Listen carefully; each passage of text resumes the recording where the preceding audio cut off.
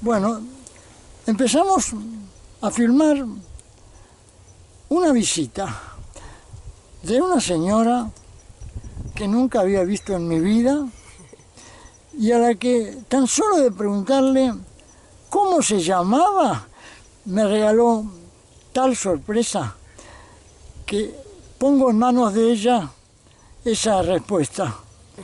Adelante. Bueno, a ver, según mi papá, me quería llamar, y me llamó de hecho, para él iba a ser así, Prisca Silas. En griego, Prisca sería la antigua, la que da consejos, la que nació en época antigua, en tiempos remotos, y Silas es la que nació en los bosques, la que nació en la naturaleza. Y así, él con su Prisca Silas a cuesta, se fue para anotarme el registro civil, y le dijeron que no, en esa época, 1972, que yo había nacido. Le dicen, no, señor, usted lo tiene que traducir, no puede venir con nombres griegos. Y dijo, bueno, a ver, lo traducimos. Y quedaba Priscila Silvana. Y dice, no, pero no tiene musicalidad, dice mi papá. Póngale Silvana Priscila. Así que arrancamos con Silvana Priscila. Cuando se entera mi abuela, dice, ¿por qué Silvana Priscila si no corresponde? Ella nació bajo la Virgen de la Esperanza de la Macarena de España. Mi abuela era española, de Galicia, de Pontevedra, y devota de la Virgen de la Macarena, la Virgen de los Gitanos. Ella quería que fuera Macarena, Esperanza de la Macarena. Se sientan a deliberar. Dice, no, pero a ver, Esperanza de la Macarena no, Macarena de los Milagros. Dije, más nombres largos.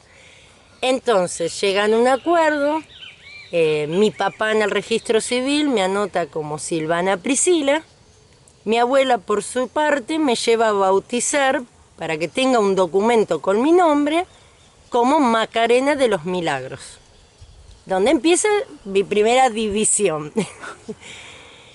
A pesar de que, digamos, eran nombres largos y demás, nunca me llamaron por esos nombres, sino que cuando yo tenía 4 años, mi abuela me dijo al oído el nombre secreto, el que yo tuve al nacer, el que nadie sabía y que iba a ver la luz cuando cumpliera 4 años. Y era Vivi, con B larga, que en la lengua rom, la lengua gitana, significa tía, pero no el concepto tía que tenemos nosotros, sino era la bruja de las huertas, la tía que iba a andar entre las huertas y el jardín. Entonces, yo me crié siendo Vivi. En mi barrio de la infancia preguntan por Silvana, no saben quién es, pero dicen la Vivi, ah, sí, la nena que siempre andaba entre las plantas. Ya me ubicaban de que siempre andaba metida en la tierra, en las plantas. Y bueno, ahí, digamos, comenzó una vida que para mí siempre fue normal, pero para las construcciones sociales no tanto. O sea, no es normal. De hecho, me pasó que cuando me casé por segunda vez, como la familia de quien era mi esposo eran gitanos, querían que me casara por iglesia, eran gitanos españoles, católicos. Y claro, en el acta del registro civil era Silvana Priscila, pero en el acta de bautismo era Macarena de los Milagros. Entonces, en la libreta del civil dice Silvana Priscila, pero para la iglesia era Macarena de los Milagros. Y bueno, en mi acta dice Macarena de los Milagros Salzano. Entonces, de esa manera, es como que en cierta forma convivían muchas mujeres en mí, porque cada una tenía, qué sé yo, una razón de ser. Y convivían bien, nunca hubo problemas para convivir. Yo empecé a entender que Silvana Priscila era la parte profesional mía, que iba a ser docente, que iba a alcanzar cosas que tenían que ver con la enseñanza en las escuelas, que es lo que me gustaba, que para papá iba a ser Silas, porque él quería Silas, no quería un nombre tan largo. Después iba a terminar diciéndome Silvanita, que para la familia y el barrio iba a ser la Vivi, y que de pronto para mis abuelas iba a ser Macarena. Y de hecho, para la familia extendida que se produce con mi segundo matrimonio, pasé a ser Maca, ya ni siquiera Macarena. Y se convive bien, o sea, si bien es bastante singular, mi duda siempre era ¿por qué nombres tan largos? Pues yo contaba las letras, desde chica tuve obsesión de contar las letras. Yo decía, ¿por qué hay gente con nombres tan cortitos? Por ejemplo, mi hermana era Inés, yo tengo nombres tan largos, ¿cuál es la razón? Y bueno, no había razones, pero sí empecé a encontrar razones espirituales.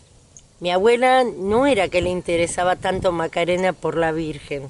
Ya cuando yo fui más grande me dijo, porque en griego Macarios es felicidad. Y si vos vas a ser felicidad. Y ahí dije, ahí viene la cosa. Porque mi abuela no era muy devota, entonces como que me extrañaba medio esa cosa. No había un ala muy devota. Pero todo cerraba, digo, eran de España, devotos de la Virgen, qué sé yo. Y entonces le pregunté después, ¿por qué no esperanza, mantener esperanza de la Macarena, que hubiera sido esperanza de felicidad? Y ella decía que no, porque esperanza de felicidad significa que vos la felicidad la esperás y la felicidad no se espera. Surge desde adentro, uno mismo la va construyendo. Entonces le pregunté, ¿por qué de los milagros? Pues yo, eso sí, siempre la volví loca a preguntas a mi abuela, todo quería saber. Y ella me dijo, porque la felicidad realmente iba a ser de parte de los milagros que yo pudiera ver a lo largo de la vida. Si yo sabía ver realmente, que no me preocupara en ver con ojos físicos, sino que yo viera lo que realmente era importante, ver más allá de lo aparente, de lo que te presentan. Eso me llevó años a entender. No lo entendí enseguida. Si bien disfrutaba estar con mis abuelas, no así, por ejemplo, con mi mamá y mi abuela materna, que eran la antítesis. Era como, no, tu abuela es bruja, no, esas cosas, no vengas con cosas raras. Pero yo cuando estaba con mi abuela Carmen y mi nona Ana, la nuera de ella, la mamá de mi papá, es como que me sentía en otro mundo. Porque es como que podía ser yo y preguntar lo que quisiera, que me iban a responder todo el tiempo. Yo, cuando suelo contar de estas cosas, me sorprende algo. Que a mi abuela le podía...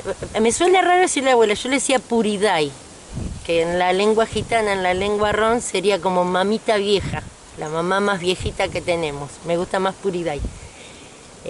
Con ella yo podía preguntar lo que sea, que te lo iba a contestar. No tenía límite para contestar. Se iba a sentar, te iba a contestar, te iba a mirar cuando te contestaba, le iba a importar lo que vos querías saber. Y mi mamá era lo contrario. Vos a mi mamá le preguntabas y había en mi casa una banqueta negra y cada vez que yo hacía una pregunta me mandaba a la banqueta negra a sentar y a leer la Biblia para sacarme todos esos espíritus que traía de mi abuela. Y creo que es lo que más le agradezco a mi mamá. Me hizo leer tantas veces la Biblia que me la hizo cuestionar y razonar. Recuerdo una vez, yo tendría 7, 8 años, era chica, qué sé yo, esas preguntas que le sale a cualquier chico. Claro, estaba leyendo las escrituras hebreas, un horror para un niño. Y veía, era un pasaje, creo que era en Samuel, algo así, que Jehová o Yahvé mandaba traspasar con una lanza desde los genitales a los filisteos porque habían pecado. Y yo decía, ¡ay, qué horror! Y no entendía nada. Entonces le pregunto a mi mamá. Dice, bueno, eso es la gente que no hace caso a Dios, termina así. Y le digo, pero ¿no dijiste que Dios es un Dios de amor? ¿Y un Dios de amor haría eso, de traspasar a la gente desde los genitales? Me pareció un horror. Claro, para mi mamá era difícil convivir con una criatura que todo el tiempo te estaba cuestionando cosas así. Para mi abuela no. Para mi abuela era lo natural. Ella decía que la duda, eso siempre me quedó. Ella decía, la duda es buena para el conocimiento. Si vos sabés todo, no te preguntas nada. Cuando vos te preguntás cosas todo el tiempo, es porque tenés duda y con la duda vas germinando y vas creciendo en otras cosas. Algo que también ella decía, que a mí me gustaba, me decía, se aprende del que sabe y del que no sabe. Del que no sabe podés aprender lo que no tendrías que hacer porque capaz no saldría bien. Y del que sabe vas a aprender cómo caminar. Entonces ella me decía que siempre respetara lo que hiciera el otro, porque obviamente, como todo chico, yo iba con todas las quejas de lo que vivía con mi mamá y mi otra abuela, con un dramatismo bien Reina Queen, ¿viste? Como, no sabés, la abuela Amelia. Y ella me decía, bueno, ahí sabés lo que vos no harías. De lo que hace tu mamá, pues sabés lo que vos no harías cuando tengas que cumplir el rol de mamá. Y después siempre cerraba con algo que lo entendí de más grande, ¿no? Ella decía, es un contrato que ustedes hicieron antes de nacer. Por algún motivo ella hizo el contrato de que ibas a ser la hija y ella iba a ser tu mamá. Porque algo ibas a aprender con eso.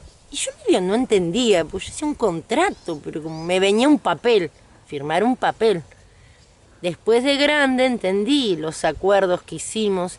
Agradezco esos acuerdos. Mi mamá ya no está en este plano, ¿no? Agradezco el acuerdo que hice porque me enseñó mucho de qué cosas yo no haría, por ejemplo. Y sí cómo podría hacerlas diferente. ¿Por qué? Porque mi mamá vivió con tantos condicionamientos que ella lo llevó todo a los huesos. Ella después tuvo cáncer de hueso y 5 años vivió con cáncer de hueso. Y yo la acompañé en todo el proceso de enfermedad y la acompañaron las abuelas que ella tanto no quería. Estuvimos ahí hasta que cerró sus ojos.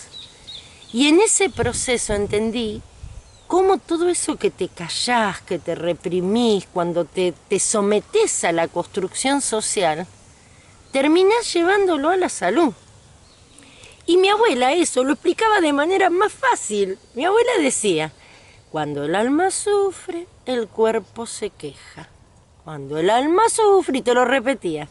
Que después pasan los años y un día con mi papá nos sorprendemos porque en la película El Padrino 3, cuando el cardenal Lamberto le habla, la famosa escena con Al Pacino, le dice algo similar, que cuando el espíritu sufre es el cuerpo el que pasa las consecuencias o las facturas. Dice una frase muy similar. Yo digo, ay, se la sacó a mi abuela, decía yo, porque y tenía razón. Porque vos todo eso que te callás, todo eso que vas padeciendo, en algún lado tiene que explotar. Y yo pienso que de pronto mi mamá, al negar su negritud, ella tenía antepasados afro, una historia muy dura, en vez de contarla, la reprimía. Y mi abuela era la inversa. Mi abuela te hablaba de su historia, que no fue nada fácil, porque no fue nada fácil, pero no sentía vergüenza de contarla. Ella se sentaba y te la contaba con naturalidad. Por ejemplo, cuando ella dijo, y don Agostino no era el padre del Manolo. Manolo era mi abuelo. Pero eran tiempos de guerra. Y él se iba a hacer cargo, le iba a dar el apellido. Suficiente. Al papá del Manolo lo habían matado y no había forma de que te sentaras a llorar a tus muertos. Y ella estaba sola. Era soltera, con un crío a cuestas, ya después el crío estaba creciendo y ella, bueno, dijo, había que buscar soluciones prácticas en ese momento. No eran momentos de sentimentalismo. Y ahí me enseñó algo que eso sí me llevó, creo que, no sé, hasta hace poco, creo que lo aprendí hace poco, casi 40 años me llevó.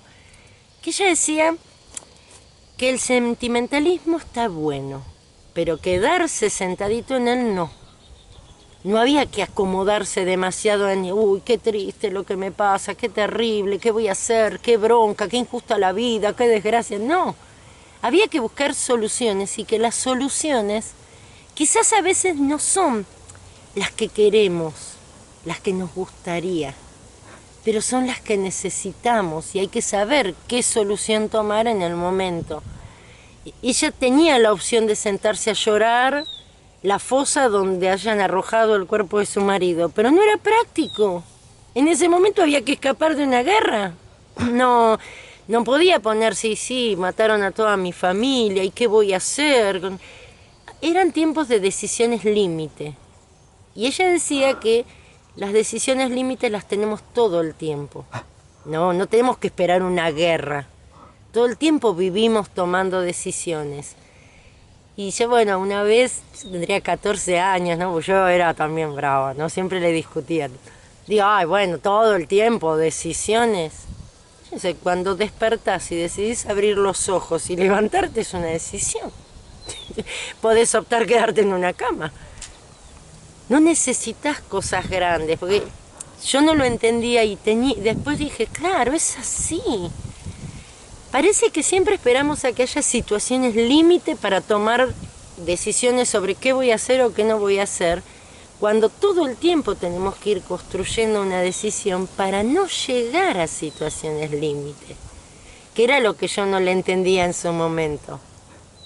Y después, por ejemplo, mi abuela tenía la costumbre de que ella decía que siempre había que tener tiempo para pensar, para charlar. Cuando la gente venía, los vecinos, porque mi abuela era curandera, aparte, que curaba el empacho, la culebrilla, qué sé yo, venían por un montón de enfermedades. Siempre venía alguien, ay, Carmen, me quedaría horas acá. Dice, porque quiero saber de esta planta, de esta otra. Y ella la miraba y le preguntaba si tenía tiempo. Y si le decía que no, le decía que se fuera. Porque si quería realmente conocer todo eso, tenía que hacerlo con tiempo. Y eso es algo que me impactó. Mi abuela parecía no vivir con reloj. Mi abuela no tenía horario. Y vos la veías siempre lozana. Ella tenía un hermoso cabello largo canoso, es el que aspiro tener yo, ese cabello de canas azuladas que tenía ella. Solía trenzarlo, porque era muy largo. Y se sentaba en una mecedora en el jardín, pero nunca bajo el mismo árbol. Siempre hacía correr, pobre, mi tío Picolín iba con la mecedora de un árbol a otro donde ella ese día quería estar de determinado árbol. Y cuando se ponía ahí, ella sacaba una pipa y le ponía yuyos, pero que cosechaba ella. Claro, yo no entendía, ¿viste? Y un día estábamos con mis primos, porque ella solía tomarme de referencia cuando iba a hacer una profecía, ¿no? Entonces se sentaba en la mecedora, capaz estábamos 2 o 3 de mis primos, estaba en silencio y de golpe explotaba hablando. Decía, para el tiempo que críes tus hijos. Ah, no, le digo, yo no me voy a casar ni tener hijos. Se equivocó, tuve 2 hijos, me casé 2 veces, ¿viste? Pero yo le discutía que no me iba a casar ni tener hijos. Pero ella no me decía, no, vos te vas a casar.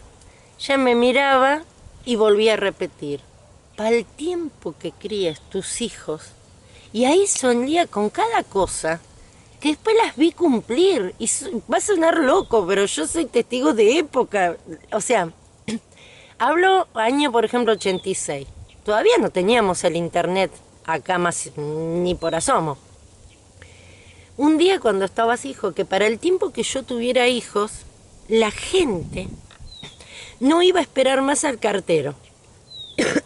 A mí me causó gracia, le dije, ¿quién no va a esperar? Nosotros teníamos estafeta postal, yo era la estafeta postal 14 en José Cepaz, que era Alberto Portal el que recibía las cartas. Rogabas que llegara una carta y a los 15 días llegara la respuesta al otro de tu carta. Y del problema a los 15, 20 días venía y me decís que nadie va a esperar al cartero. Yo me acuerdo que le dije a mi prima, digo, ¿qué fumó la abuela? ¿Qué tiene esa pipa? Y mi abuela me miró nomás. Mi abuela tenía unos ojazos verde grisáceos, tipo color tiempo, a veces le cambiaba, ¿no? Me miró y estaban medios grisáceos así, no dijo nada y siguió. Que para el tiempo que yo tuviera hijos, nadie más iba a esperar al cartero, que la gente iba a apretar un botón y se iban a comunicar en el momento. Y yo dije, está re loca, ¿de dónde salió esto? Y yo, viste, bueno, la escuchábamos con mis primos, sin tomar magnitud de lo que hablaba. Pero después la vemos que se pone como sombría, triste. Dice, pero qué pena. Se comunicarán en segundos, pero no sabrán comunicarse. Y yo decía, pero es una paradoja, una contradicción. ¿Cómo se van a comunicar y no saben cómo comunicarse? Ah, claro, porque no van a escribir cartas, no esperan al cartero. No lo entendí hasta que vino el internet, el WhatsApp. No lo entendía. Cuando viene todo eso, digo, wow, es verdad. Tenía razón, la gente aprieta un botón manda un mensaje, pero a veces no se sabe comunicar. Y hay todavía más malos entendidos de los que podía haber en otras épocas. Porque la gente a veces pareciera no saberse hablar. Y eso es algo que a mí me impactó, porque yo tenía 13 años. Después una segunda que me acuerdo, me enojé, no sé, creo que no me... Voy a necesitar cuando vaya a otro plano encontrarme con ella y volver a pedirle perdón, porque no me canso de pedir perdón. Y reconozco mi necedad públicamente, porque uno a veces está influido por las construcciones sociales, ¿no? Y yo iba a la secundaria, 4º año, y estaba muy... No, que 4º año, 3er año, porque fue el año que falleció ella, entonces me sentí doblemente mal de haber discutido con ella. Ella, tiempo atrás, en esas visiones, dijo que para el tiempo que yo crié hijos, quizás antes, me dijo así como alarmada, quizás antes, se iba a producir un agujero en la capa de la Tierra, que la gente iba a estar... Dice, ¿has visto cuando entras al auto de tu padre, cuando es verano, y te quema como un invernadero, ¿viste? Decíamos con mi reapocalipsis, la abuela, un agujero en la capa de la Tierra, decíamos, nos parecía raro. Justo se estaba hablando de las capas terrestres y yo, claro, estaba en la escuela, levanto la mano y digo, mi abuela dice que se va a hacer un agujero en la capa de la Tierra y que vamos a tener tanto calor como cuando entras a un auto que llegó al sol en verano. La profesora me dijo de todo, pero de todo. Que era una ignorante, que de dónde sacaba eso, que jamás era imposible que la capa de la Tierra tuviera un agujero. Bueno, no sé, me dijo todo, mis compañeros se rieron. La verdad, yo me sentía avergonzada, mal, enojada. Reconozco que estaba enojada. Cuando voy a lo de mi abuela, le digo, ay, abuela, me hiciste agarre mal. Y mi abuela, pero primero me dijo, yo te dije que lo dijeras. Primero, yo te mandé a que le avisaras a tu profesora. No. Sí, pero vos lo dijiste tan segura. Y yo lo conté y me dijo que eso es imposible, que las capas de la Tierra jamás se dañarían, que no puede haber daño. Sí, me decía ella, porque el hombre gobierna al hombre para perjuicio suyo. Y esa frase me quedó, que después la encontré que estaba en un libro de la Biblia, en Jeremías. Y yo, pero esa mujer no sabía leer ni escribir y te podía citar la Biblia. Y ella me dice, sí, van a destruir la Tierra de esa forma, no destruir de que va a caer una bomba, como ella siempre citaba Hiroshima. No necesitan tanto. Pero de a poco pueden ir erosionando tanto la Tierra, ir destruyendo tanto la Tierra. Y yo medio que no me conformé en ese momento, la verdad me fui medio enojada porque me pesó más la opinión de mi profesora, una necedad, ¿no? Me había pesado tanto que la profesional sintiera que yo era re bruta o ignorante por creer esas cosas. Y ese año falleció mi abuela, falleció después en enero, unos meses después, y siempre me sentí mal.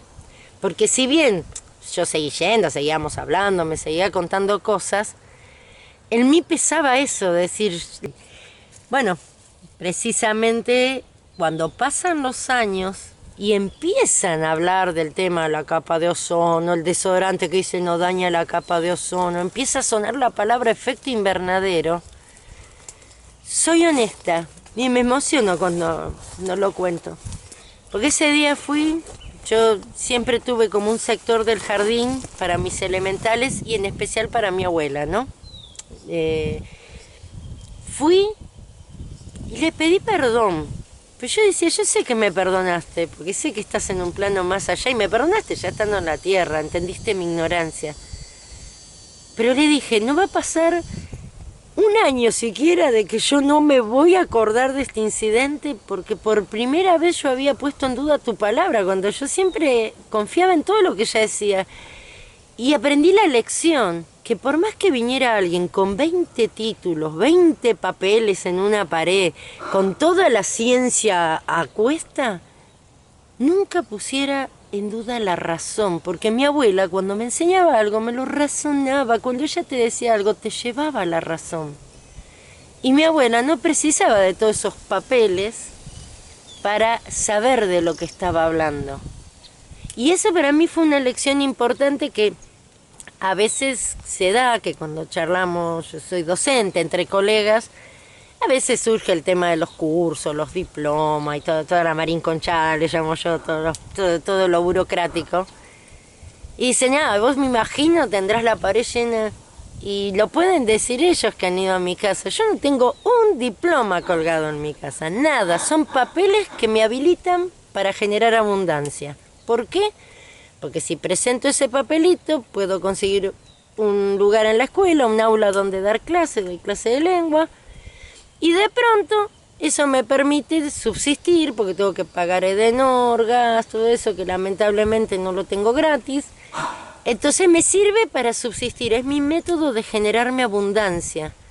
Pero no es algo que yo diga, para mí son papeles. Yo hay cursos que hace poco me había pasado, me habían llamado por un curso que yo había hecho que jamás había ido a buscar el papelito. Y yo le digo, la verdad ni me acordé. Primero no me acordaba que había hecho el curso. Cuando me empezó a decir de qué era, dije, ah, sí, yo lo hice. Dice, sí, pero lo tiene que venir a buscar, le da más puntaje, lo presenta, agarra más horas, esto. Y yo dije, irme hasta allá a buscarlo, ¿no? Si yo fui porque quería aprender eso. Porque eso sí, a mí me encanta ir a estudiar. Y eso creo que se lo debo a mi abuela, en gran parte, y a mi papá. Que si usted mañana me dice que van a dar un curso de cómo hacer pañuelos, y justo me agarró en un momento planetario que me interesa hacer pañuelos, voy y aprendo a hacer pañuelos. Y de pronto, si algo me aburre, lo dejo. Porque me pasa así, cuando yo no encuentro algo que me despierte la curiosidad, el interés y me lo mantenga, es como que me voy, porque claro, me pasa que después de haber tenido una maestra como fue mi abuela, es tan difícil encontrarse cómodo con otros maestros, que por eso, y mire, y se lo pueden decir ellos porque se los dije antes de que empezáramos a hablar y que usted dijera que era de Pontevedra, la familia. Cuando entramos a su casa y yo lo escuché hablar, yo en un momento dado me di vuelta, porque dije, me recuerda a mi abuela, como me explicaba mi abuela, como mi abuela era tan generosa para transmitir conocimiento, que yo sentí en ese momento, y se los dije a ellos, yo dije, es como estar con doña Carmen, porque es verdad, doña Carmen era una mujer que tenía tiempo, aunque fueras un niño. Porque yo a veces veo que cuando un chiquito pregunta algo se lo sacan de encima porque está todo el mundo ocupado, el mundo adulto te dicen el trabajo, zaraza, porque cuando algo te interesa no estás ocupado. Y de pronto, yo contaba, más que nada yo uso mucho el transporte público, ¿no? A veces voy en el tren o en el colectivo y veo capaz un nene, qué sé yo, está mirando la ventana y dice, ay mamá, mirá una mariposa, ay bueno, sí, la madre capaz está contestando, mirá papá tal cosa, el padre está en otra, capaz viendo un video, capaz charlando. Y me quedo pensando, ¿no? Porque veo en esa criatura cómo era yo y fui privilegiada y bendita por la vida, realmente, porque yo cuando hacía eso tenía una abuela que iba a desplegar un abanico de explicaciones. Qué mariposa era, por qué estaba ahí, qué era que comía, qué planta yo tenía que cuidar. Y nunca le puso título a esas cosas. Nunca. Que eso también a mí me cuesta mucho vivir en este tiempo. Quizás ahí hago honor a esa parte de mi nombre, a Priscila, la antigua. Porque a veces siento que en esta época me pierdo o no encuentro mi brújula. Porque, por ejemplo, celebro que hay como un volver a la naturaleza, hay como toda una movida más espiritual. Me río porque antes, qué sé yo, mi otra abuela que tiraba las cartas no te lo iba a decir en público. La que te curaba el empacho, aunque te tirara del cuerito, no lo iba a decir en público. Ahora tienen páginas de internet, por todos lados. Vos metés tu nombre, te despliegan supuestamente una carta astral, te despliegan todo, es tremendo, re público. Y antes era más escondido. Eso celebro que se hable, lo que no celebro que se ha hecho un gran comercio de eso. Le ponen palabras lindas para que suene bien, qué sé yo, facilita tal, retribución consciente. No, decime, me cobras tanto. Y me parece bien, vas a usar tu energía, tu tiempo, me querés cobrar, cóbramelo, pero decímelo bien, no me lo disfraces de espiritualidad. Si vos me decís, sí, mira, es mi tiempo que tengo que usar, yo estudié esto y me parece justo, Si yo considero que el material que me vas a proporcionar me interesa, te lo pago. Listo, es tu trabajo y me parece bien. Donde a mí me parece mal es cuando viene un disfraz, mi abuela diría un barniz. Y ella acentuaba la Z, ¿no? Como buena gallega. La suprimía muchas veces. Un barniz de cortesía, de generosidad, de estoy haciendo esto por el planeta. No, lo estás haciendo por vos y me parece bien. Cuando yo escuchaba cuando usted atentamente hablaba lo del egoísmo, del idiota. Sí, claro, pero está bien que lo haga. Lo que está mal es cuando vos fingís lo que no es. A mí hace poco un amigo, Ariel, ¿vieron? Dijo algo que no sé si no estabas vos cuando lo dijo, pero para mí fue el mejor elogio que recibí en años. Dice, yo no soy de creer en esas cosas, pero yo cuando te escucho, te creo, me dice, no sé, te creo, porque vos estás convencida. Y para mí eso fue un elogio. Porque yo dije, bueno, es bueno porque en un mundo donde aparece tanto chanta que te sale con tanta cosa rara en lo espiritual, que alguien vea que sos genuino, vos decís, mira, yo te voy a hablar de lo que aprendí con mi abuela, no sé si existe una verdad absoluta, porque cada uno tiene su cosmovisión a partir, primero, de sus experiencias kármicas. Segundo, Francia, aparte de Francia, segundo, ¿no? Segundo, a partir de, qué sé yo, de todo lo que vos vas cosechando en el camino de experiencia. Entonces, ¿cómo haces para hablar de una sola verdad? Primero es difícil, porque esto mismo que yo aprendí con mi abuela, lo vive Romina a partir de otras experiencias, lo va a resignificar, lo va a mejorar, lo va a percibir distinto, lo va a ver Rocío, lo va a ver Ezequiel, lo va a ver usted, Francisco, y lo va a ver distinto. ¿Por qué? Porque cada uno lo va a poder procesar a partir de lo que vive. Entonces, no encuentra que haya un manual. Por eso a veces me dicen, vos tendrías que escribir lo de tu abuela. No, de mi abuela es difícil que lo escriba porque te lo cuento. Y como yo te lo cuente vas hasta percibir. Como usted dijo, los gestos, todo eso, se percibe. Yo no sé si podría poner por escrito la tamaña esencia que tuvo mi abuela. Porque mi abuela te dejaba huella. Era una mujer, ¿cómo podría decir? Pasaba desapercibida quizás físicamente, ¿no? Porque ella era muy sencilla para vestir, siempre muy austera, su pollerita gris, su peinadito trenzado, tranquila. No era de hacer mucha laraca. Pero creo que 2 segundos que ella traspasaba un lugar y te dejaba una luz, una vida, una energía, que yo sufrí mucho su ausencia física, porque yo era muy terrenal, terriblemente terrenal. Y yo, cuando mi abuela Ana, mi nona Ana, que la adoro también, era mi otra maestra, pero más terrenal. Mi nona Ana era una mujer frustrada por la vida, porque quiso hacer cosas que no alcanzó, porque no se atrevió, porque tuvo oportunidades, pero no se atrevió, condicionada porque, según la construcción social, ella tenía que ser la mujer pobre que no iba a salir de un conventillo. Y si salía del conventillo, y bueno, iba a ser la laburante eterna que por sus hijos y sus nietos le va a dar el futuro al país. Cuando ella estaba enamorada de un hombre que la amaba, ella lo amaba, pero simplemente que porque él era rico y ella era pobre, le dijo que no. No, las clases sociales no se me van. Pensamiento frustrante, limitado, pobre. Pero tan amplia en amor esa mujer, que yo con ella aprendí mucho. Yo digo que lo que aprendía con mi nona Ana, aprendía entre fuchiles, mientras amasábamos, mientras cosíamos en esa máquina que le regaló la Fundación Evita. La aprendía cuando me quedaba a dormir. En la pieza de mi nona había 2 camitas, la de mi nona, que había enviudado joven, de mi abuelo Manuel, y la que estaba para la nieta que se quedara a dormir.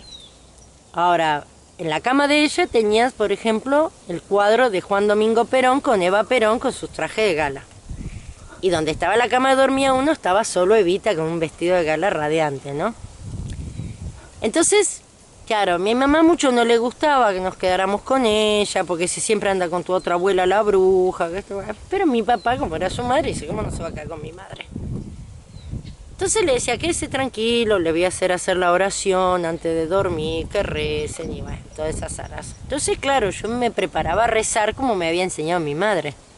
Y mi nona Ana me enseñó a rezar distinto y dije, wow, era copado, me gustaba. Ella nos hacía parar delante del cuadro, digo en plural porque a veces estábamos con mi prima, delante del cuadro del general Perón y de Eva, y teníamos que decir gracias general, gracias Evita, porque mi madre, ay perdón, pero esas dos libélulas están fantásticas, no sé, esto hay que filmar, mirá, mirá, están copulando acá, es una belleza.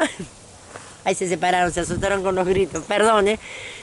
Entonces ella decía que teníamos que agradecer, gracias general y gracias Evita, porque mis abuelos pudieron entrar al país y así darnos un futuro, amén.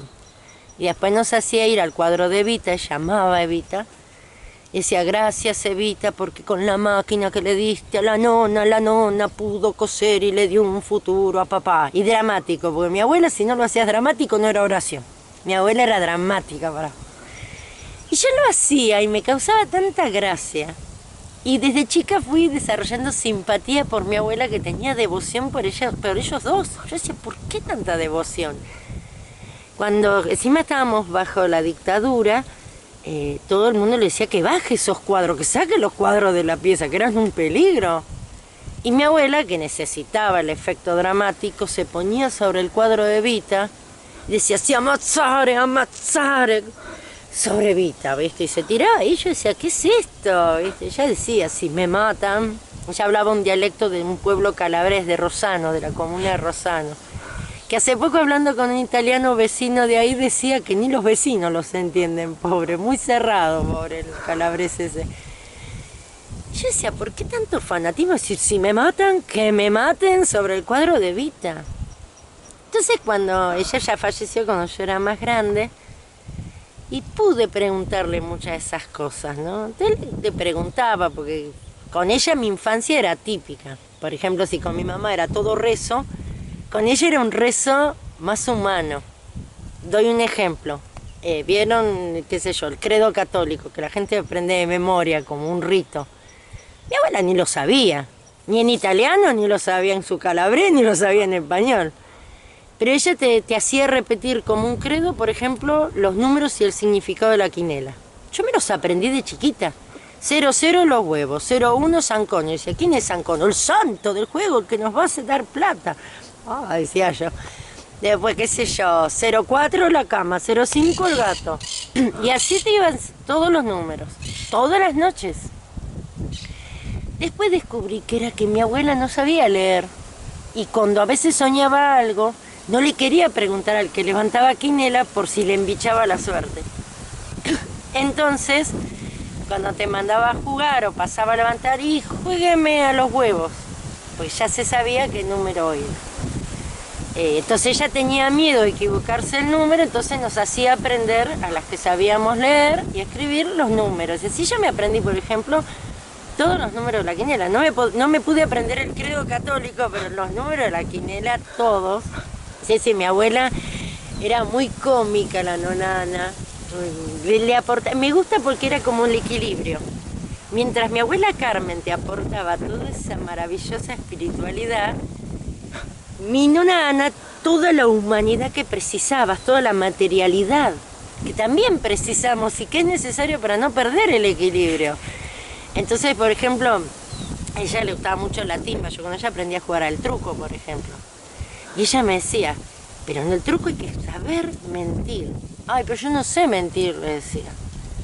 No, pero mentir de mentirita. Y esa frase me quedó, mentir de mentirita. Y yo decía, ¿qué es mentir de mentirita? Entonces son cosas que cuando vas creciendo tomás dimensión. Otra cosa que aprendí con ella, por ejemplo, los burros, los caballos, el hipódromo. Como en esa época se dejaba que los niños fueran, cuando antes de que larguen las carreras, pasan y se dan toda una vuelta, los caballos van desfilando, pasaban. Y mi abuela te llevaba a verlo y después te sacaba, te llevaba afuera, íbamos a pasear porque no podías quedarte, que eras menor. Pero mi abuela me llevaba a mirarlos porque decía que yo siempre ganaba, sabía decir quiénes eran los 3 primeros que ganaban. Y era increíble. Y se nos terminó el paseo cuando se enteró mi mamá, porque un día en mi inocencia, yo ya tenía 9 años, que claro, mi papá traía el diario del trabajo.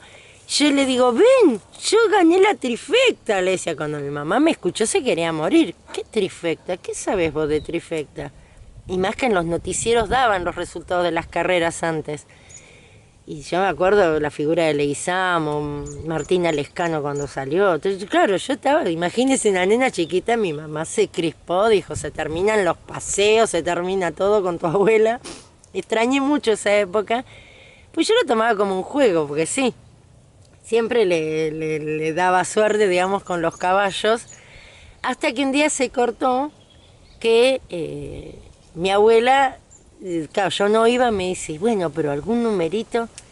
Dice, le digo, mirá, le digo, ella me mostraba así, le digo, esta es patadura, porque si ganó esta y esta de entrada ganó, ya esa es patadura, después no va a ganar, no, tiene que ser este otro. Y entonces le armé. Dije, bueno, a este ponele. Entonces fue mi abuela, y claro, yo no estaba con ella. Y todos los que estaban ahí le decían que no, que ese era un matungo, que ese caballo no ganaba nada, que esto y lo otro, y juegan a otro que era el favorito. La cosa que ganó el matungo. Dice, dice, no te hice caso, dice que esto, lo otro, y de ahí no jugó más mi abuela. Pero no es que era adicta, ella iba los domingos un rato así, con esa esperanza de pobre, ¿no? De que me iba a ser millonario sin darse cuenta que era más lo que perdía que lo que podía ganar. Es como que después ya a partir de esa vez, que dice, uno solo ganó, podés creer, uno solo le apostó, y le apostó todo al ganador, dice. Y si yo contenta, porque bueno, pero está bien, esa persona estará feliz, le decía yo, pero yo no, me decía. Entonces como que toda esa parte humana era asombroso, porque si había una dupla que era unida, era mi abuela Carmen de Pontevedra con doña Nina de la comuna de Rosano, que eran nuera y suegra, pero eran culo y calzón las dos. Y vos decís, tan distintas las dos.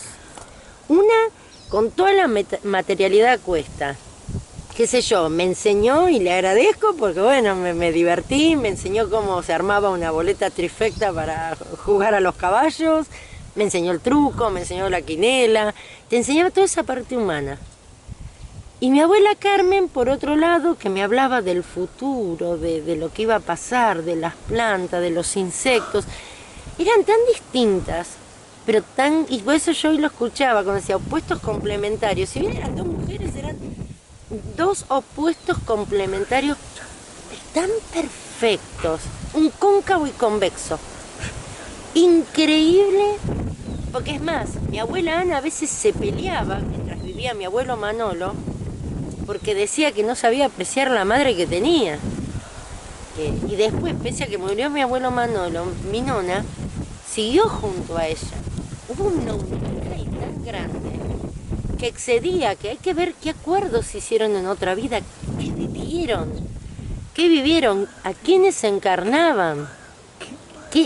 Siempre me quedó la duda porque nunca le pregunté qué elementales encarnaron con ellas.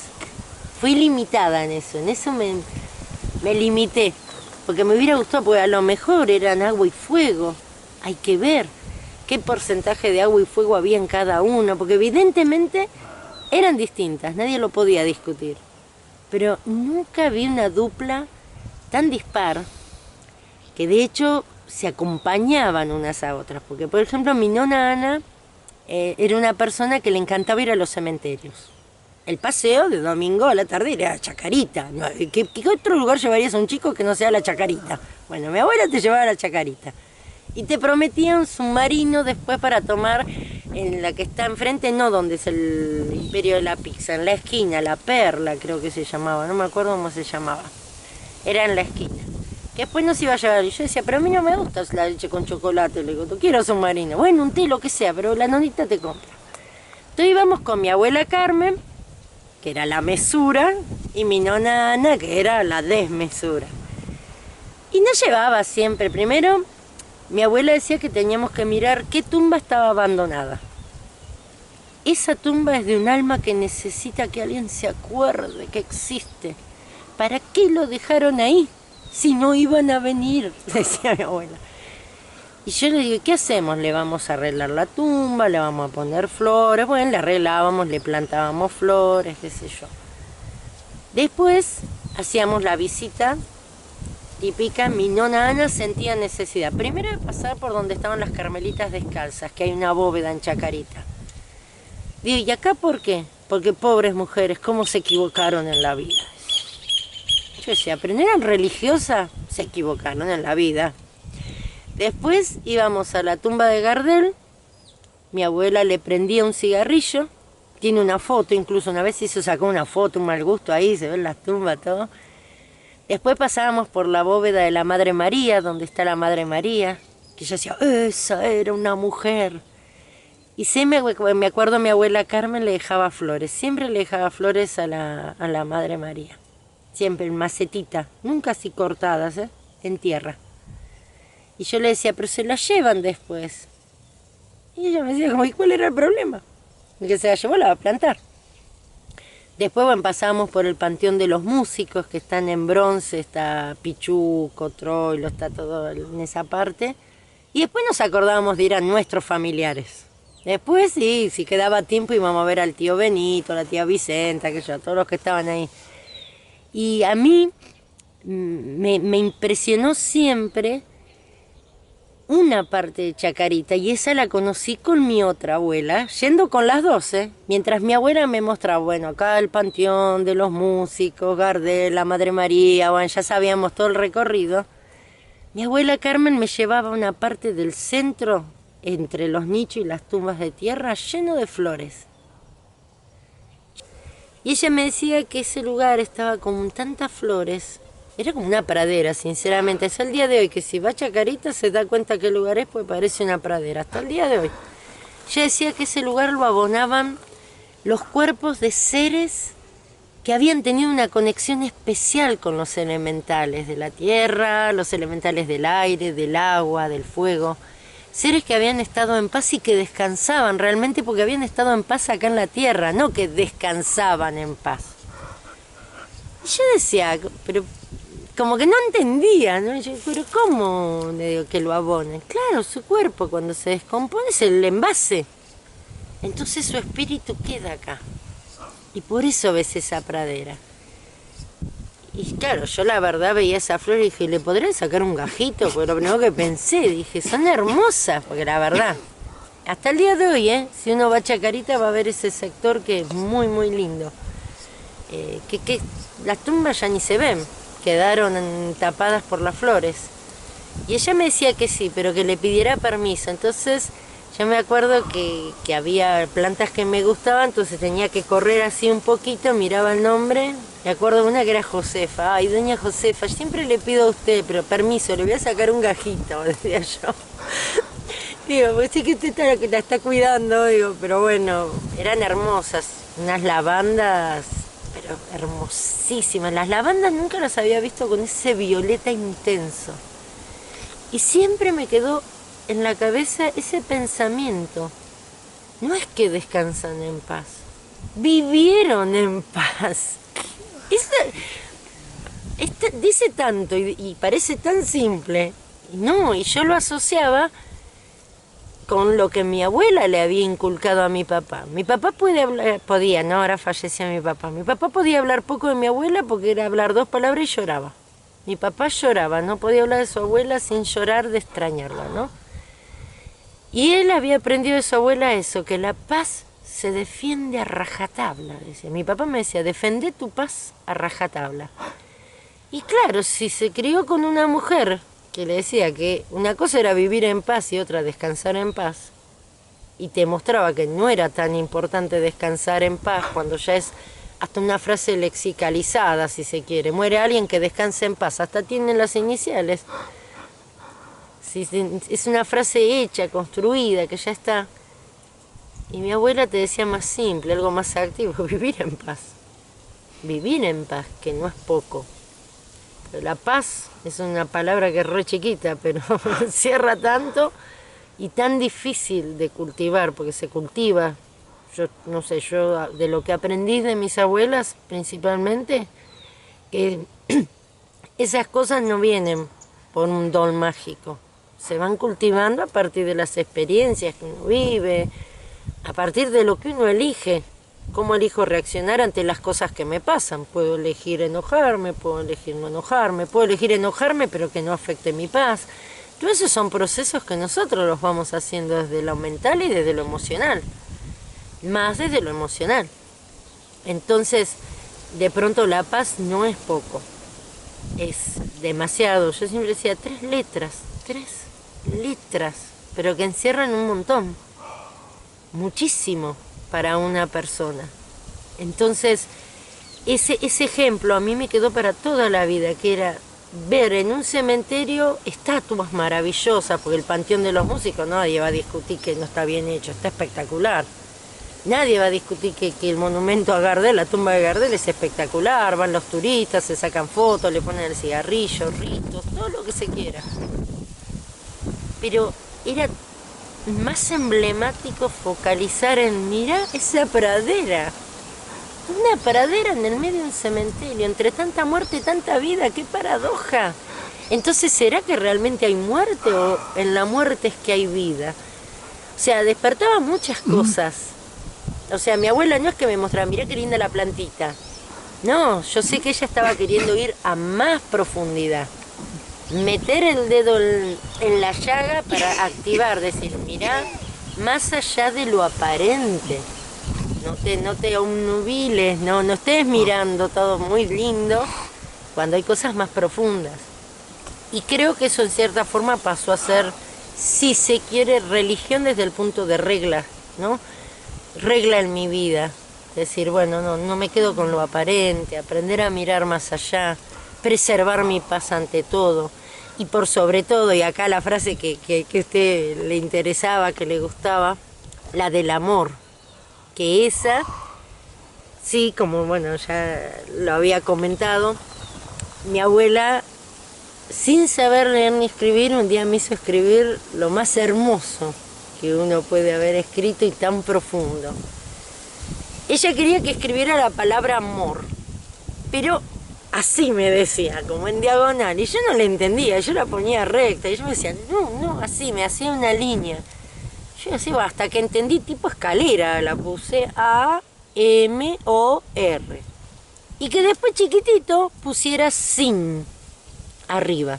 Sin amor, pero sin tenía que ir así, horizontal, y en diagonal, amor. Yo digo, bueno, sin amor, sí. Entonces ella se tomaba su tiempo y después me iba diciendo frases que yo tenía que hacer que coincidieran en una letra como si fuera un acróstico. Entonces, sin amor, me dice, la justicia es dura. Entonces yo tenía que escribir, la justicia es dura y que coincida con alguna letra de amor. Sin amor, el poder corrompe. Sin amor, la sabiduría es vana. Sin amor, el conocimiento hincha. Y en eso tan simple dijo todo. Nada más importante que el amor. ¿De qué me sirve conocer mucho si carezco de amor? Tener poder, pero no tengo amor. Tener sabiduría, pero no tengo amor. Tener conocimiento y no tener amor. No sirve. Y eso fue el leitmotiv a lo largo de mi vida. Si alguien me dice, ¿qué heredaste de tu abuela? El cartel de sin amor. De mi abuela no me quedaron cosas materiales. Su casa se regaló prácticamente, pues ni mi papá ni mi tío eran para los negocios. Dicen, bueno, hay que ser práctico, vamos a venderlo. Otro necesita vivir, una casa vacía, ¿para qué? Se vendió. Algo que no deja de ser llamativo es que mientras estábamos enterrando su cuerpo, los vecinos desvalijaron la casa. Parecían hormigas, se habían llevado todo. Lo que más nos duele, fotos, cartas. Y por muchos años me enojé, digo, ¿cómo hicieron ese atropello? ¡Qué horror! Los recuerdos de mi abuela. Y dije, claro, mi abuela habrá mandado desde donde estaba, haber dicho, vayan, saquen todo. Que no quede nada, quedó una casa vacía, su jardín como mudo testigo, planta que pudieron se llevaron también. Y yo dije, no, ¿cómo que no quedó nada? Me quedó el sin amor. ¿Qué pasa si no tengo amor? Entonces de pronto a veces la gente pelea por herencias, subdivisiones, que bien de usufructo, que bien de familias. Hay tantas peleas a veces por qué va a quedar. Y si la gente pudiera darse cuenta que a veces podés heredar cosas, qué sé yo, que son de una riqueza que no se puede evaluar, no te la pueden tasar en un banco. Y yo miro para adentro y veo todo lo que me dejaron ellas, lo que me dejó mi nona y lo que me dejó mi abuela. No hay forma de cotizarlo, no hay forma, no. Aún si yo un día estuviera demasiado mal para decir, che, no, de ahora en más les voy a cobrar por decir una frase de mi abuela, que ni en pedo lo haría, ¿no? Pero ponele que un día me chifla el moño y lo hiciera, no alcanzaría nada para pagar. Porque cada frase que ellas han dejado en mi vida eran con acción. Ellas vivían de acuerdo a lo que decían. En sus imperfecciones maravillosas y también en sus perfecciones. Y entonces, para mí esa es la mayor herencia. Yo creo que me dieron tanto amor que se traduce quizás en el amor que doy a los demás. Suelen decir que soy amorosa y que doy mucho amor. Dicen así los demás. Yo no sé si soy tan amorosa, porque yo soy bastante jodida. Pero sí, sé que quiero a la gente que... Bueno, no que la quiero, porque la verdad, así como a usted algunas palabras no le gusta, a mí querer no me gusta. La palabra querer no me gusta. Pues mi abuela decía, es mejor amar. Querer suena, quiero esto, a demanda. Amar es más simple, suena a nada. Porque amar suena, no te da a pensar voy a tener una posesión.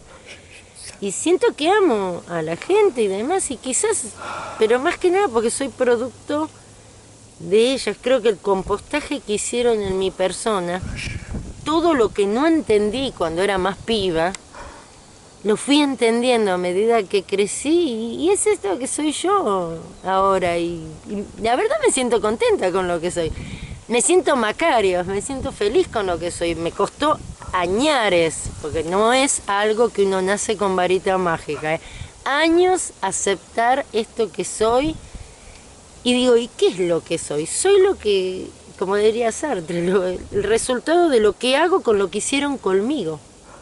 Todo ese amor que ellas me dieron. Y bueno, a ver, ¿qué hago yo con ese amor? ¿Para qué? ¿Para qué lo tengo? ¿Para atesorarlo, para guardarlo, para vivir de recuerdo? Usted entra a mi casa, no tengo ni una foto. No hay fotos en mi casa. Son paredes que de pronto, capaz no va a tener foto, pero voy a tener una manualidad que me hizo un alumno hace 25 años, cuando recién empezaba, y que me la hizo con cariño.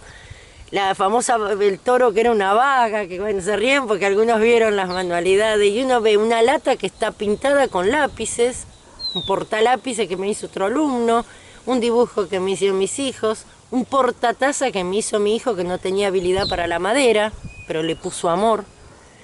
Qué sé yo, el reloj que no anda que me hizo con un CD mi nene Juan, pero me lo hizo con amor. Me acuerdo porque Juan era muy filósofo, chiquito, según la ciencia tenía dificultades para hablar, pero él te supo explicar que era para que marque mis horas felices, pues así dramático era mi hijo también, digno nieto de doña Ana, para marcar mis horas felices. Eso es amor. Quizás fotos no va a haber, no soy de colgar fotos, de aferrarme a recuerdos así, porque creo que los recuerdos los tengo acá metidos y acá. Que espero que me conserve. Si se cumple lo que dice mi abuela, que voy a vivir 100 años, por favor que esta se conserve. Y bueno, ahora va a quedar grabado por lo menos. Una parte va a quedar grabado. No sé, bueno, yo la verdad le agradezco. Yo venía más para escucharlo a usted. Me parece que usted tiene también un montón para dar, pero bueno, me alegro que también le gustó que entraran mis abuelas, porque entraron las dos. Entraron las dos a su casa, así que se lo agradezco. Íbamos a hablar de humedales. Sí. Y en verdad, el alma también tiene humedales. Y hoy ¿Sí? nos has regado el alma de tus humedales maravillosos. Bueno, ayer yo le decía a Romina que yo, vi que la gente siempre dice, hay que florecer como un jardín el alma. Yo odio esa metáfora.